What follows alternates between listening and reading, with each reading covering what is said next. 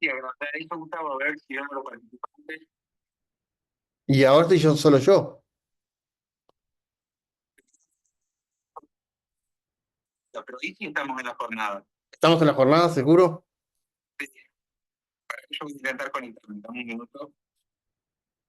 Que no digo.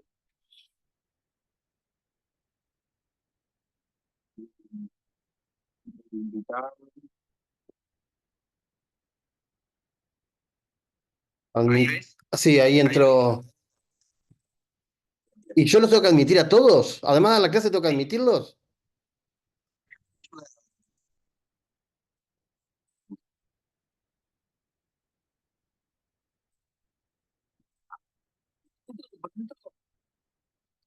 Vas a ir ahí abajo al botoncito donde dice más en participantes. En el cuadro de participantes, donde aparecen los nombres, Sí, abajo, más. y creo que es ahí donde dice deshabilitar la sala de espera. Si van con la flechita para abajo, ¿Habilitar la sala de espera? claro, si haces clic ahí, todas las personas que entran van a poder entrar así, directo. Podés aceptar esas porque estaban en chat bastante. Ahora sí, sacaste, deshabilitaste la computadora.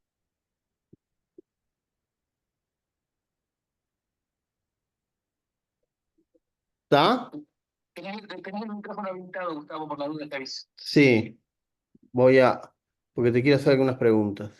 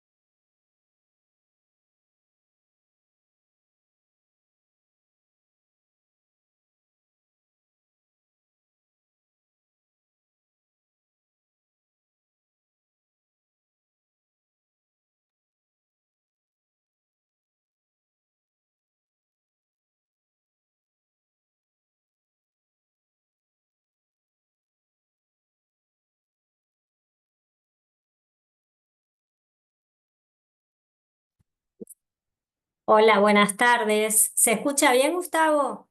Yo te escucho perfectamente. Ah, perfecto. Esperamos un ratito entonces a que se conecten.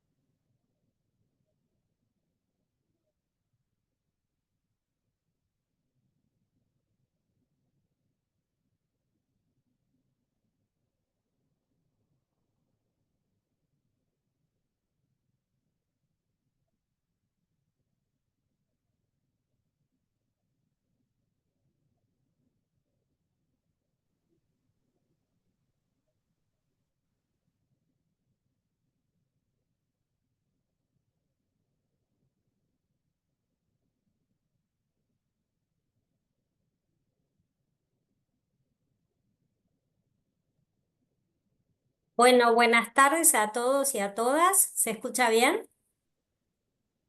Desde el Centro de Posgrado de la Escuela de Nutrición les damos la bienvenida a esta primer jornada abierta del año. Capaz que muchos ya saben que en los últimos años estamos organizando todos los meses jornadas abiertas que son gratuitas. Y bueno, esta sería nuestra primera jornada del año. En general las hacemos los terceros miércoles del mes, pero bueno, a veces cambia el día de acuerdo a la disponibilidad de los docentes que van a participar. Como saben, esta jornada se titula Tabúes alimentarios, malo para comer, bueno para pensar. Está a cargo de Gustavo Laborde. Gustavo es profesor adjunto de la Unidad Académica de Nutrición Poblacional. Es doctor en Antropología Social. Tiene máster en Historia y Cultura de la Alimentación y es licenciado en Antropología Social. Los dejo con Gustavo. La charla va a ser grabada. No sé, Gustavo, si ya activaste la grabación. No. ¿No? Bueno, mientras les explico que va a quedar guardada, se sube después a la página web de la Escuela de Nutrición en el área de posgrado Educación Permanente. Así que la van a poder ver de nuevo por ahí o recomendar a alguien que quieran para que la vean. No sé si hay alguna pregunta o duda. La idea es que después de la exposición de Gustavo se puedan hacer consultas o comentarios que quieran realizar. Bueno, los dejo entonces con Gustavo. Dame un segundito que Sí. no estoy encontrando dónde grabar la... Está grabándose ya, Gustavo. Ah, ya está grabándose. Ah, ya se Perfecto. está grabando. Perdón, no había visto. Entonces, no hay problema. Perdón, que toqué mal. Bueno, están viendo la presentación, supongo, ¿no? Sí. ¿Están viendo la presentación? Sí, estamos viendo, sí. Ah, está, perfecto. Bueno, simplemente antes de empezar, pasar un aviso, un chivo o un aviso parroquial, que si alguien tiene interés, después que termine la charla, aún mantiene interés en estos temas, hay disponible un MOOC que está en el marco de la Escuela de Nutrición, que se llama Alimentación y Creencias, Judíos, Cristianos y Musulmanes, que se amplía bastante más esta temática, así que se los comento por las dudas. Bueno, vamos a empezar.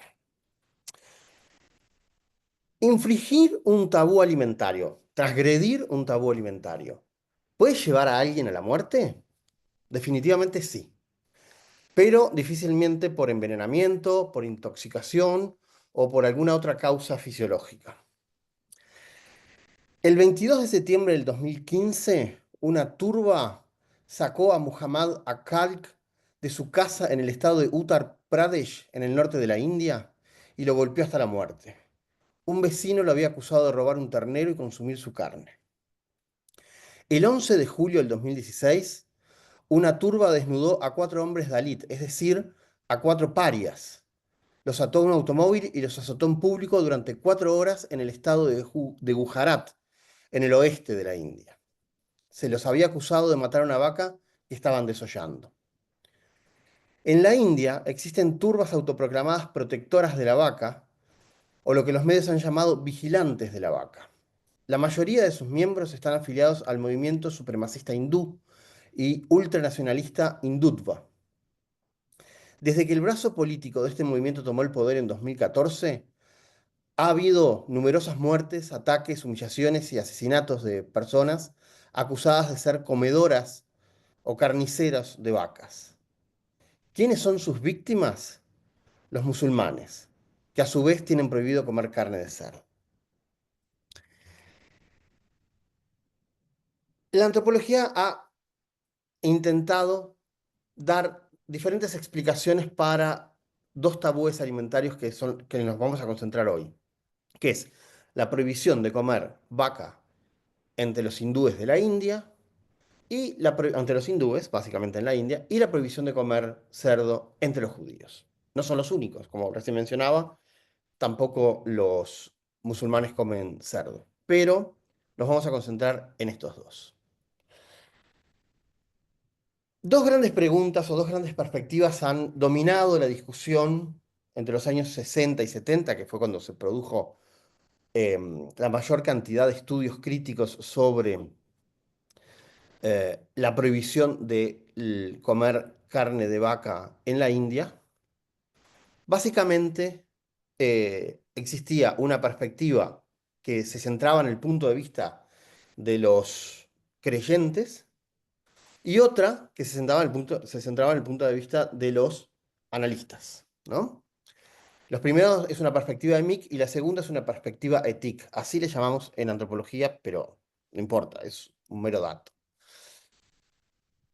Este que ven acá es Marvin Harris. Es uno de los antropólogos más conocidos en el mundo. Acá le pongo dos libros donde trata sobre estos temas. Uno, Bueno para comer, que yo de alguna manera homenajeo o cito en el título de esta charla. Y Vacas, cerdos, brujas, perdón, Vacas, cerdos, guerras y brujas. Estos son dos bestsellers, al punto que están editados en ediciones de bolsillo, lo que revela que han sido superventas, ¿no? Los van a encontrar en mesas de saldo, precio económico, y es una estrella pop de la antropología, Marvin Harris. Murió hace más de 20 años. Pero es uno de los autores más leídos y más conocidos, sobre todo, entre otras cosas, porque es muy comprensible sus planteos y gusta mucho a la gente. ¿Qué propone Marvin Harris o qué nos dice sobre estas prohibiciones?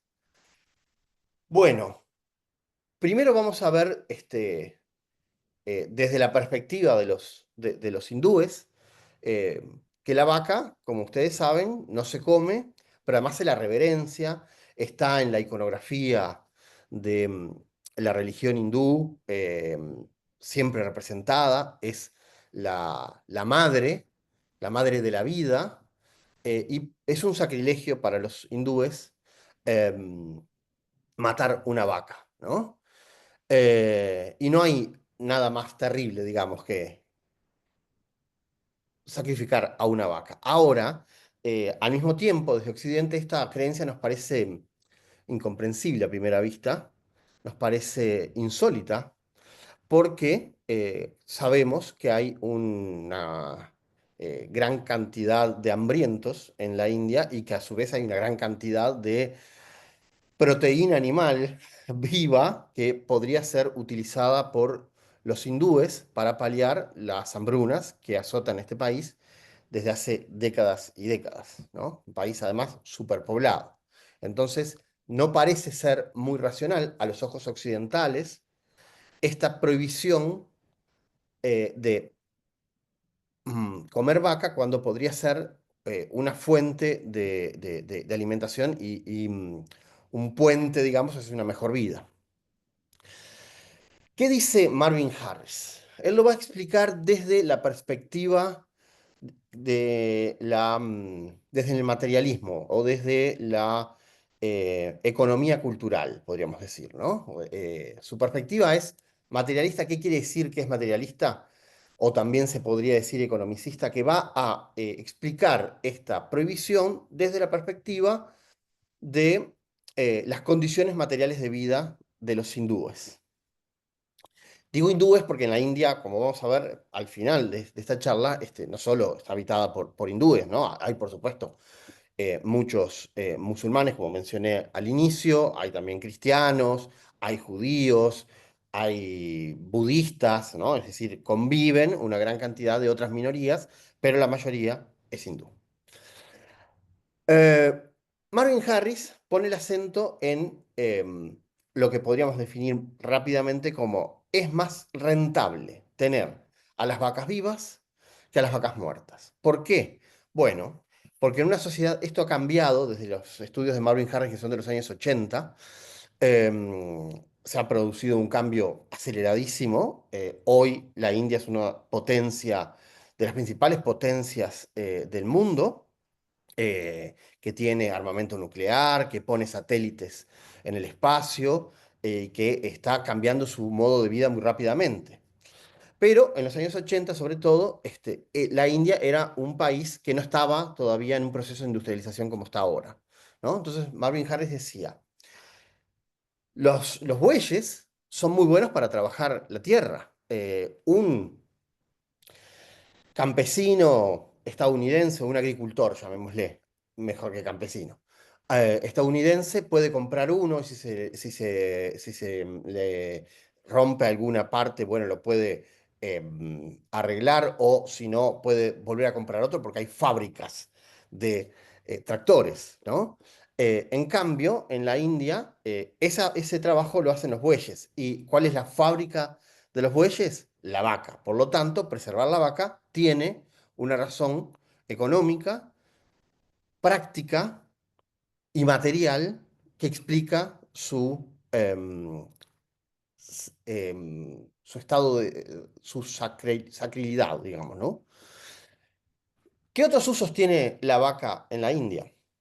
Bueno, con la bosta, la boñiga de la vaca, como sabe mucha gente en el Uruguay rural, se hacen otras cosas.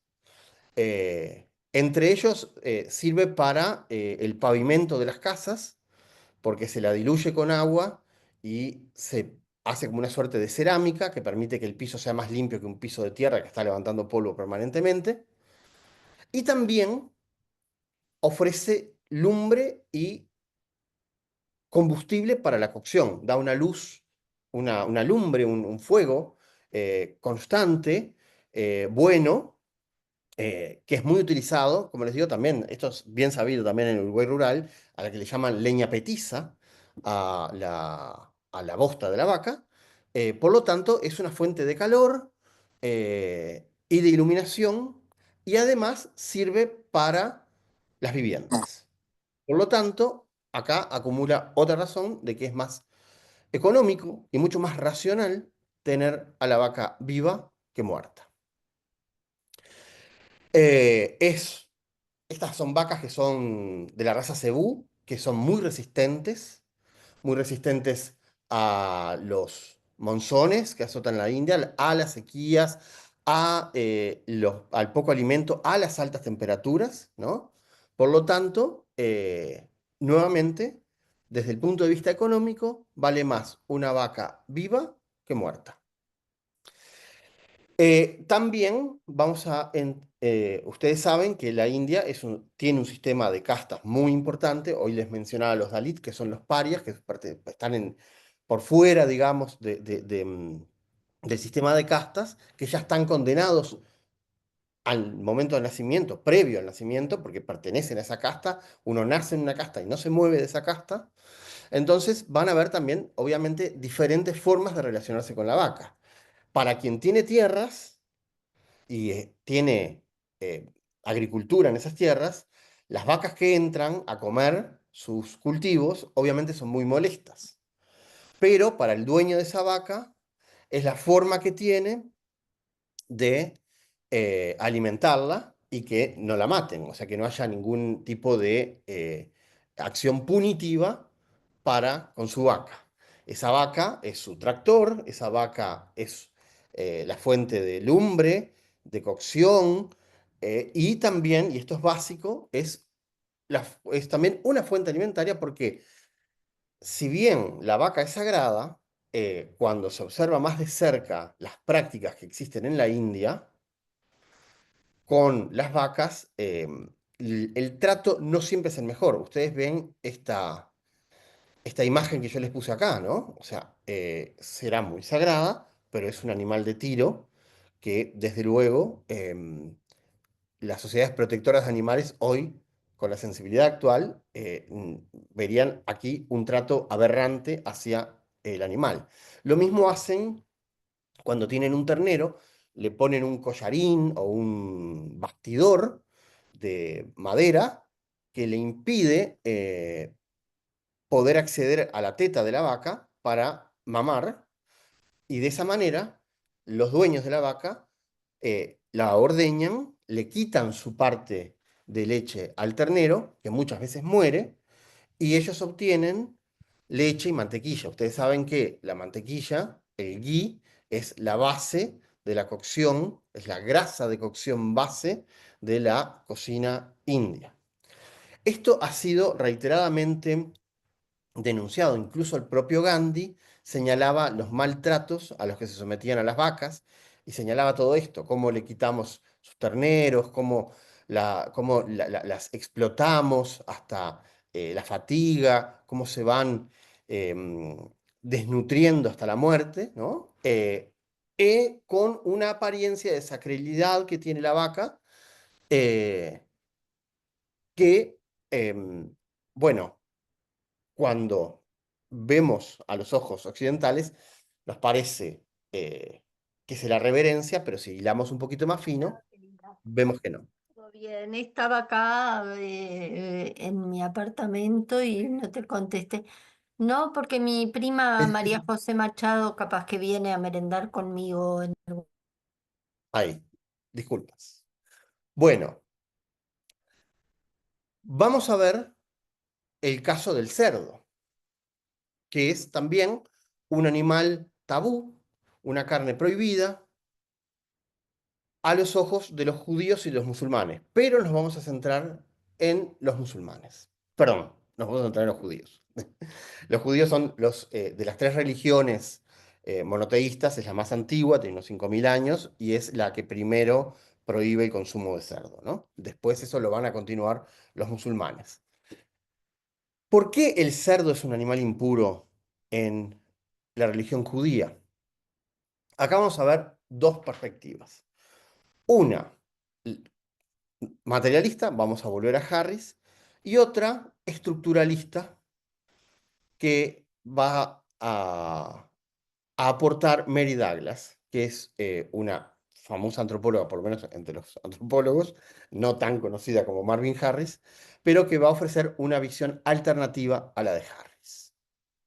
Primero, o sea, entre las primeras explicaciones de por qué el cerdo era un animal impuro en la religión judía, la da este señor Maimónides, que es un eh, filósofo, un erudito de esa época, ¿no? Del siglo XII, de origen judío, pero que estaba viviendo en lo que era España, y él señalaba que los cerdos eran un riesgo para la salud, transmitían enfermedades.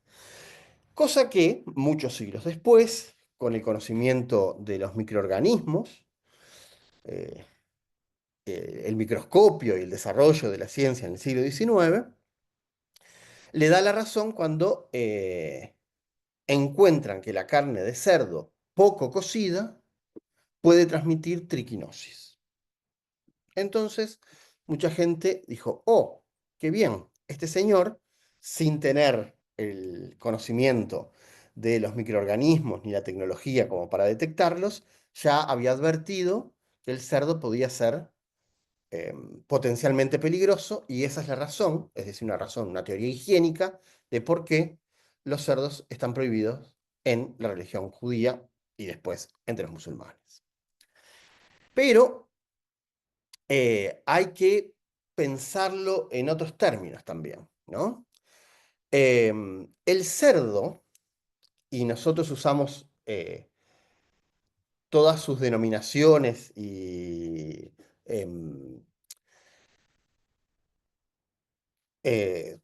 las distintas formas de mencionarlo, ¿no? Como atributo incluso moral y trasladable a las personas, ¿no? Cuando decimos que una persona es un cerdo, cuando decimos que alguien vive en una pocilga, ¿no? Estamos haciendo un juicio de valor sobre esas personas porque lo asimilamos a la vida de los cerdos, que nos parecen que son animales sucios, que se revuelcan en el lodo, que muchas veces, porque se lo ha visto, se revuelcan en sus propias heces, que comen cualquier cosa, ¿no? Entonces lo asimilamos como un animal de malos hábitos higiénicos, para decirlo de alguna manera, ¿no? Pero si observamos la vida de los cerdos en su estado silvestre, es un animal en realidad bastante limpio, es una criatura de los bosques, que gusta de las sombras, del agua de los ríos, ¿no? Em, Come de todo porque es un animal omnívoro, igual que nosotros, ¿no? pero se nutre sobre todo de nueces. Bueno, en España esto, nueces en el sentido amplio, ¿no? No solo nueces en el sentido de frutos secos, ¿no? En España han hecho de esto una cumbre gastronómica como el jamón de bellota, que es lo que consumen los cerdos en las dehesas españolas los últimos 40 días de su vida, cuando se da la temporada de bellotas. Em, y son animales, en realidad, que se comportan en un ambiente adecuado, no de manera sucia, ni necesitan, si tienen sombra y agua, revolcarse en el lodo, porque eso lo hacen para bajar la temperatura en lugares donde hace demasiado calor. Eh, y bueno, tienen también sus inconvenientes, ¿no? Por ejemplo, de los animales de corral, las vacas, las ovejas, las cabras, a diferencia de ellos, no da leche, ¿no? Tampoco sirven como para la ganadería transhumante, porque no son animales muy acostumbrados a realizar largos viajes, ¿no? Entonces vuelve Harris y dice, la explicación de por qué el cerdo está prohibido entre los judíos, que no olvidemos, son un pueblo en el desierto, es decir, en lugares que no son esto que le estaba describiendo de los bosques, la sombra y los ríos, es nuevamente económica. Eh, dice Harris, unos pequeños apuntes. Si la teoría de Maimónides fuera cierta, bastaba con señalar que la carne de cerdo debía ser bastante cocida y no nos privábamos de comer cerdo, que es una fuente de proteínas como cualquier otra, ¿no? Por lo tanto, descarta la teoría de Maimónides. Señala que si uno lee, y lo vamos a leer ahora en un ratito, lo que se llaman las abominaciones del Levítico, que es uno de los libros de la Torá, del Pentateuco, donde se describen sobre todo las prohibiciones alimentarias, lo que vamos a descubrir es que Yahvé, Dios, básicamente señala como animales comestibles aquellos animales que son rumiantes, porque son los que de manera más eficaz pueden digerir la hierba, el pasto, que nosotros no podemos digerir, es decir, aquellos recursos vegetales ricos en celulosa que nosotros no podemos comer. Por lo tanto, hay una lógica económica, dice Harris. Eh, al mismo tiempo, los animales rumiantes, como lo vimos para el caso de la India, ofrecen sus desechos, su boñiga, su bosta, muy buen material para fertilizar las tierras. Vemos aquí otra utilidad añadida de orden económico, ¿no? Y por supuesto, lo que señala es que esta prohibición tiene su lógica económica reforzada entre los judíos, porque, como les dije, es una religión del desierto, y criar estos animales que compiten por los mismos recursos que nosotros porque son omnívoros, ¿no? Y no comen pasto, que en el desierto sufren mucho el calor y la sequía, no son, desde el punto de vista económico y desde el punto de vista ecológico, rentables. Por lo tanto, la prohibición obedece a causas materiales y da por cerrada la discusión.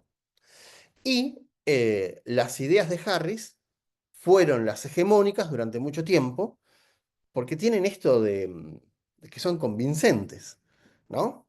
Ahora, viene Mary Douglas y propone una teoría estructuralista. Dice, muy bien, lo que dice Harris es sensato y parece solucionar la discusión, pero solo lo explica para el cerdo. ¿Y por qué todas las demás prohibiciones no están mencionadas? Porque, ¿cómo explicamos que los judíos prohíban a su vez comer mm, conejo o langosta marina, ¿no? O langostinos, ¿no? Entonces, va a ir a un análisis de la estructura de las prohibiciones. Y acá les voy a pedir un poquito de paciencia porque vamos a leer varias de las prohibiciones intentando comprender cuál es la propuesta de Mary Douglas. Empezamos por el Génesis. Vamos a ver la estructura del Antiguo Testamento, cómo está pensado, ¿no? Dice en el Génesis: no había sobre la tierra arbusto alguno, ni había brotado aún ninguna planta silvestre, pues Yahvé Dios no había hecho llover todavía sobre la tierra, y tampoco había hombre que cultivara el suelo. Un detallecito, acá esta última palabrita que dice no había hombre que cultivara el suelo, nos revela que la civilización que escribió este libro es una civilización agrícola, ¿no? Que es una perspectiva, obviamente, agrícola. Dice: dijo Dios, hoy les entrego para que se alimenten toda clase de plantas con semillas que hay sobre la tierra y toda clase de árboles frutales. Y sigue: puedes comer todo lo que quieras de los árboles del jardín, pero no comerás del árbol de la ciencia del bien y del mal. Todos sabemos que esto es una metáfora, que no está hablando de un tabú alimentario, sino de un tabú sexual. Digo, convertir al sexo en tabú, ¿no? Por otro lado, como pequeño comentario añadido, si en el Génesis Dios entrega para que se alimenten toda clase de plantas con semillas que crecen sobre la tierra y toda clase de árboles frutales, podemos sospechar que en el paraíso, en el Edén, los hombres eran vegetarianos. Ahora vamos a ver las abominaciones del Levítico para tratar de entender qué lógica la sustenta. De entre todos los animales, todo el que tiene pezuña hendida, es decir, pezuña separada, y que rumia, este comeréis. Pero de los que rumian o que tienen pezuña, no comeréis estos: el camello, porque rumia, pero no tiene pezuña hendida, lo tendréis por inmundo. También el conejo, porque rumia, pero no tiene pezuña, lo tendréis por inmundo. Pequeña acotación: sabemos que el conejo no es rumiante. Evidentemente, conocían mal al conejo y confundían el movimiento del hocico con que estaba rumiando, como hacen las vacas, los caballos, ¿no? Que son rumiantes, ¿no? Entonces,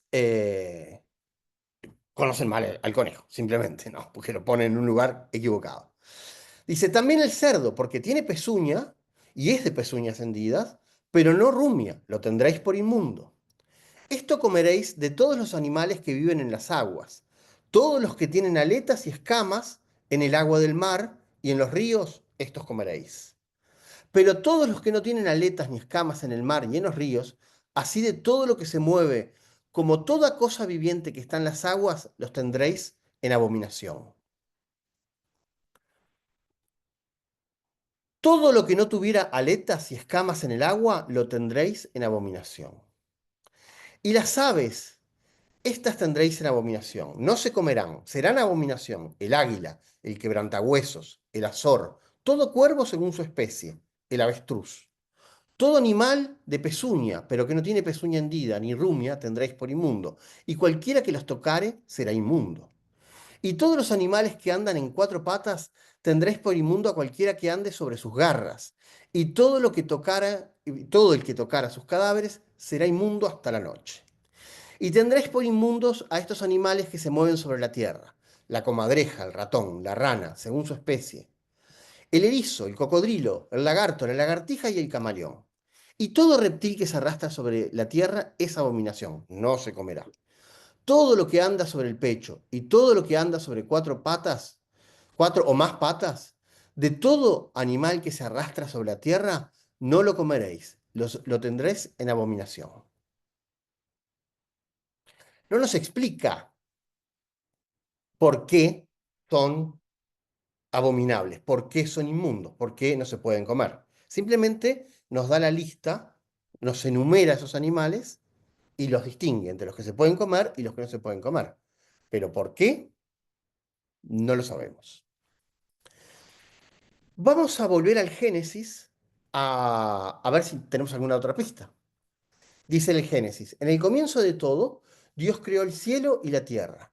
La tierra no tenía entonces ninguna forma. Todo era un mar profundo cubierto de oscuridad y el Espíritu de Dios se movía sobre el agua. Entonces dijo Dios, que haya luz, y hubo luz. Al ver Dios que la luz era buena, la separó de la oscuridad y la llamó día, y a la oscuridad la llamó noche. De este modo se completó el primer día. Después dijo Dios, que haya una bóveda que separe las aguas para que éstas queden separadas. Y así fue. Dios hizo una bóveda que separó las aguas. Una parte de ellas quedó bajo la bóveda y otra parte quedó arriba. A la bóveda la llamó cielo. De este modo se completó el segundo día. Entonces dijo Dios, que el agua que esté debajo del cielo se junte en un solo lugar para que aparezca lo seco. Y así fue. A la parte seca Dios la llamó tierra y al agua que se había juntado la llamó mar. ¿Qué nos sugiere esto? Que el plan divino es un plan clasificatorio. Está separando los elementos, ¿no? Está poniendo en evidencia, en relieve, una estructura. El agua, el aire, el cielo, la tierra, ¿no? Entonces dice Mary Douglas, acá es donde vemos que los tabúes alimentarios se explican no por las condiciones materiales que mencionaba Marvin Harris, sino porque rompen el sistema clasificatorio. Y ella señala algunas otras partes del Antiguo Testamento para reforzar su argumento. Dice en el Deuteronomio, no sembrarás tu viña con dos clases de semilla, no sea que todo el fruto de la semilla que hayas sembrado y el producto de la viña queden inservibles. No ararás con buey y asno juntos, reitera en el Deuteronomio. Vuelve al Deuteronomio. No vestirás ropa hecha de lana y de lino. Es o una u otra. O un asno o dos asnos o dos bueyes. No uno y otro. No te acostarás con un hombre como se hace con una mujer. Esto es cosa abominable. Está clasificando, ¿no? Eh, si vamos a los animales, ¿por qué está prohibido el avestruz? Porque, ¿qué se espera de un animal? Que vuele. El avestruz rompe esa clasificación. ¿Qué se espera de los animales que están en el mar? Son aptos para comer aquellos que tienen escamas y que tienen aletas. Es decir, que están dentro del orden divino. Pero los que tienen patas y se mueven bajo el agua, como se mueven los animales fuera del agua, rompen la clasificación. Entonces, lo que señala Mary Douglas es, esto es un problema estructural, un problema de clasificaciones. ¿No? No te acostarás con un hombre como se hace con una mujer. ¿Por qué? Porque rompes la estructura. Esta es una respuesta sofisticada que es abarcativa para las diferentes tabúes del Antiguo Testamento, no solo los alimentarios, sino también este tipo de los que están vinculados a la vestimenta o a la forma productiva de arar o a la forma productiva de los cultivos, e incluso prescribe también, obviamente, la sexualidad, y si se rompe la clasificación, eso es abominable. Ahí tenemos otra alternativa a los tabúes alimentarios, otra explicación alternativa a los tabúes alimentarios. Pero queda otra más, que tiene que ver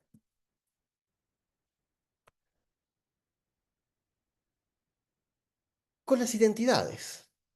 Y más específicamente con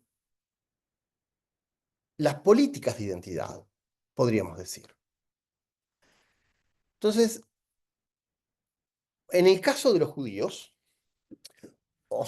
son un pueblo, están entre muchos otros, que su relato de origen es que son el pueblo elegido por Dios. Ustedes habrán visto que los judíos, a diferencia de los cristianos en general, los católicos y en particular los mormones, no van golpeando puerta a puerta buscando nuevos feligreses, ¿no? De hecho, es bastante estricta la forma de transmisión del judaísmo, es por vientre materno, ¿no?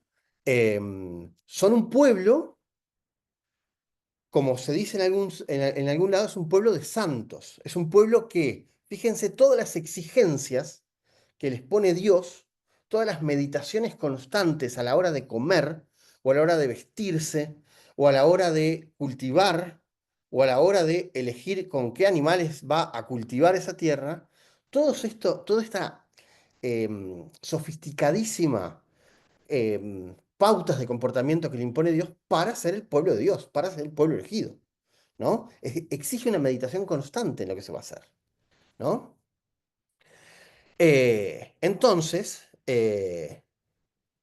Harry y también Douglas, entre otros autores, ¿no? Como por ejemplo Jean Soler, que es otro, eh, aceptan también, en definitiva, que la alimentación funciona, además de lo que según ellos es la explicación económica o la explicación cultural estructural, como un instrumento de cohesión social, que esas son las identidades, ¿no?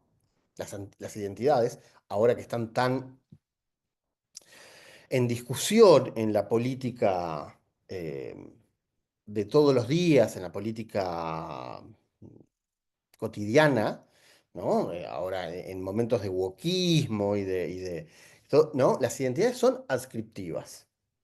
Uno adscribe a las identidades, ¿no? Y las identidades cohesionan grupos. O sea, las identidades no son un asunto superficial, son muy importantes.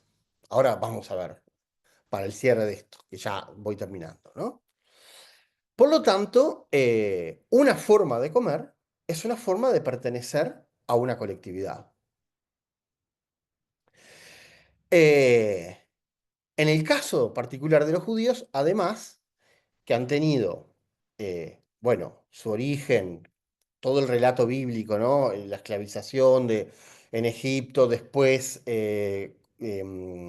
la colonización del Imperio Romano, después la persecución en diferentes lados de Europa, es una identidad de resistencia, ¿no?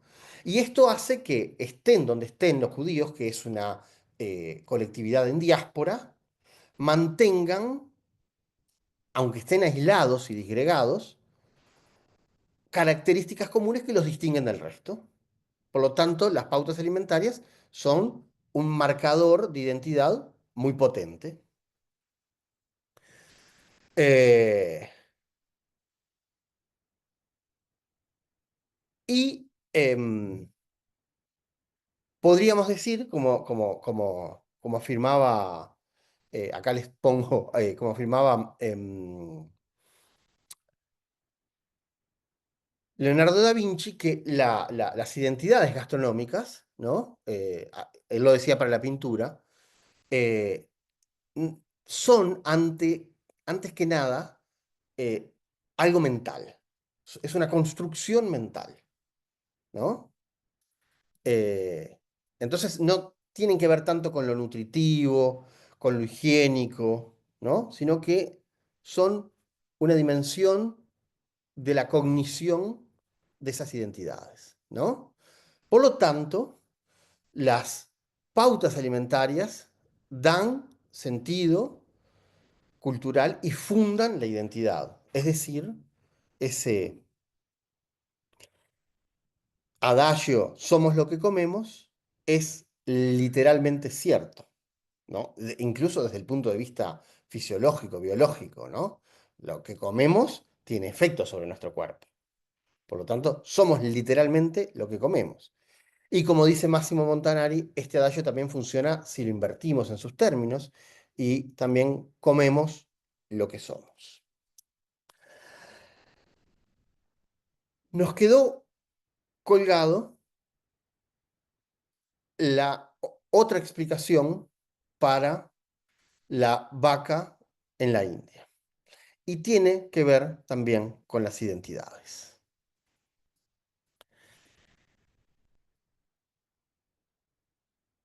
La vigilancia de la vaca en la India emerge como una manifestación de los movimientos que surgen en el siglo XIX del supremacismo hindú. Eh, como les mencioné hoy al principio,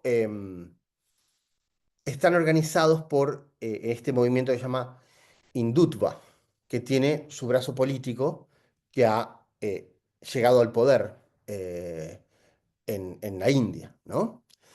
Y en este contexto la vaca fue convertido en un símbolo de la identidad y de los intereses hindúes. Y de hecho fue instrumentalizado como una herramienta de exclusión social y también política. Es decir, no estamos hablando de creencias sagradas, sino de proyectos políticos concretos de dominación y de disciplinamiento, ¿no? Eh, si hay turbas que persiguen parias o musulmanes y los matan y los golpean en público durante horas, estamos frente a otro tipo de fenómeno, ¿no? Y la antropología es como la disciplina encargada de debatir sobre creencias y prácticas culturales, ¿no? Por lo tanto, la invocación del hindutva o del supremacismo hindú frente a la sacralidad de la vaca nos plantea otro tipo de preguntas, ¿no? Y es ¿qué tipo de creencia necesita de la fuerza y de la amenaza para sostener su existencia? ¿Es un fenómeno religioso? ¿Es un fenómeno espiritual? Entonces nos vamos a inspirar en la etnografía de la duda de Maurice Bloch y vamos a proponer escepticismo como parte del proceso de análisis y cuestionar los modos en que funciona esta supuesta sacralidad de la vaca, que es impuesta por el miedo y la violencia. Es, Hay una dimensión que obviamente la estudia la antropología política sobre todo, que es el poder del Estado, que es también una fuerza de construcción de identidades, ¿no? Eh, es el Estado el que crea los nacionalismos, no son los nacionalismos los que crean el Estado, es al revés, ¿no?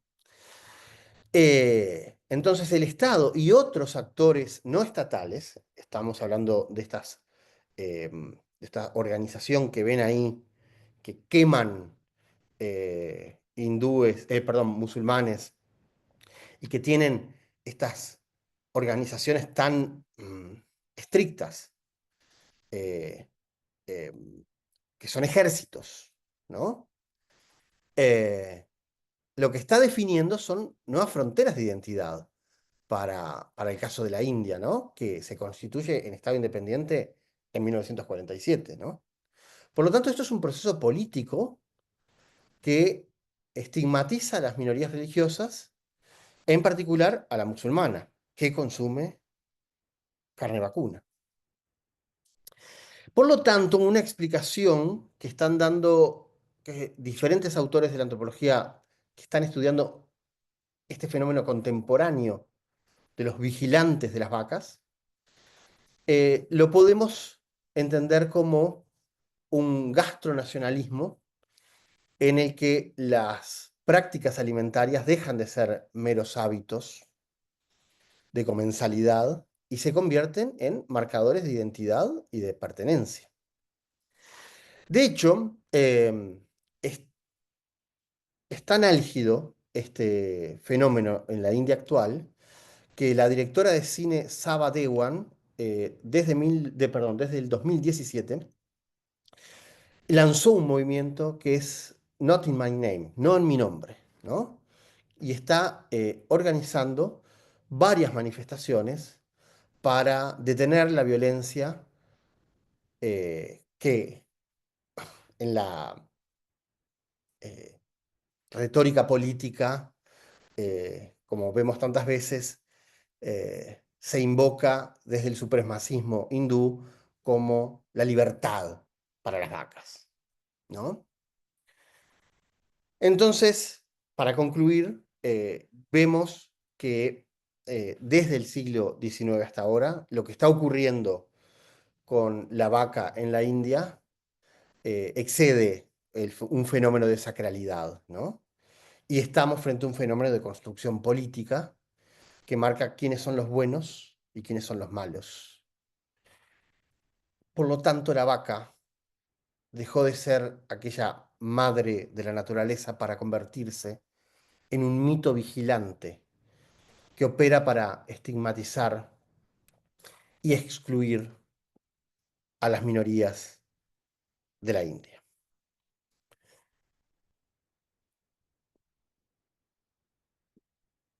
Por mi parte, es lo que les quería contar en esta charla. No sé si quieren abrir una ronda de preguntas, de, de comentarios, de dudas.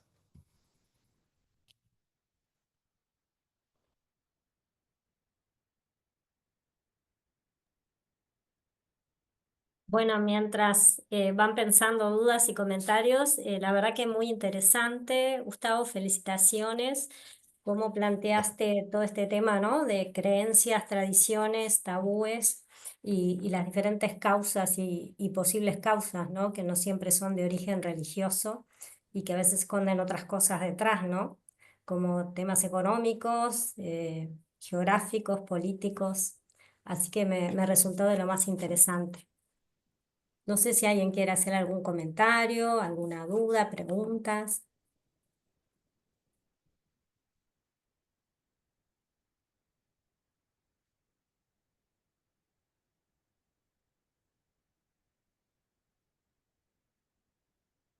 Son tímidos. Sí, por ahí te hacen algunos comentarios, bueno, de que es muy interesante, gracias por la exposición. Y hay un primer comentario sobre el curso, no sé si querés leerlo, que de alguien que no te Sí, deja escuchar. el curso MOOC que no les deja escuchar los podcasts. Bueno, vamos A a ver, reveres. a ver con la gente que sabe de esto, a ver si lo solucionamos. Perfecto. Hola, ¿me escuchan? Sí. Sí, Profe, a mí me pasa lo mismo con el curso, no me deja escuchar los podcasts y no me deja como avanzar. Tipo, no puedo hacer la prueba final porque me dice como que tengo que mirar las clases anteriores. Oh, no sé, Guillermo, si estás por ahí, sí, está así. capaz que para ver si se puede solucionar esto.